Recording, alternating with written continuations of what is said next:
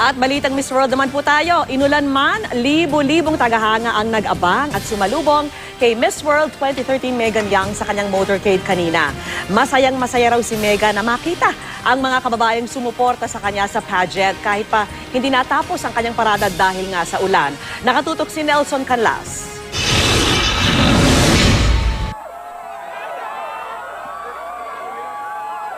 Pasado alas 2 ng hapon, lumakad ang victory parade para kay Miss World 2013 Megan Lin Young. Nakasuot ng isang pulang modern terno at ng Miss World crown, magiliw na kinawayan ni Megan ang kanyang mga tagahanga na hindi inalintana ang bahagyang pag-ulan. National pride. Bihira lang mangyari ito. I waited for 47 years for a Filipino to win. Miss World. Wala, gusto lang namin makita because she brought honors for the country. Pasado alas 3, pumasok na ang motorcade sa Ayala Avenue kung saan sinalubong siya ng libo-libong fans. May ilang tagahanga pa ang nagpaulan ng confetti mula sa kanilang mga office sa pagdaan ng float ni Megan.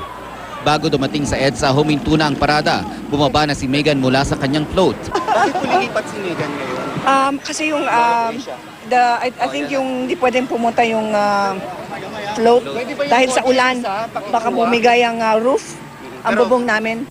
At nagkagulo ang media. Dito nagkaroon ng media ng kaunting sandali para mahinga ng mensahe ang bagong Pinoy Pride. It's really nice and overwhelming.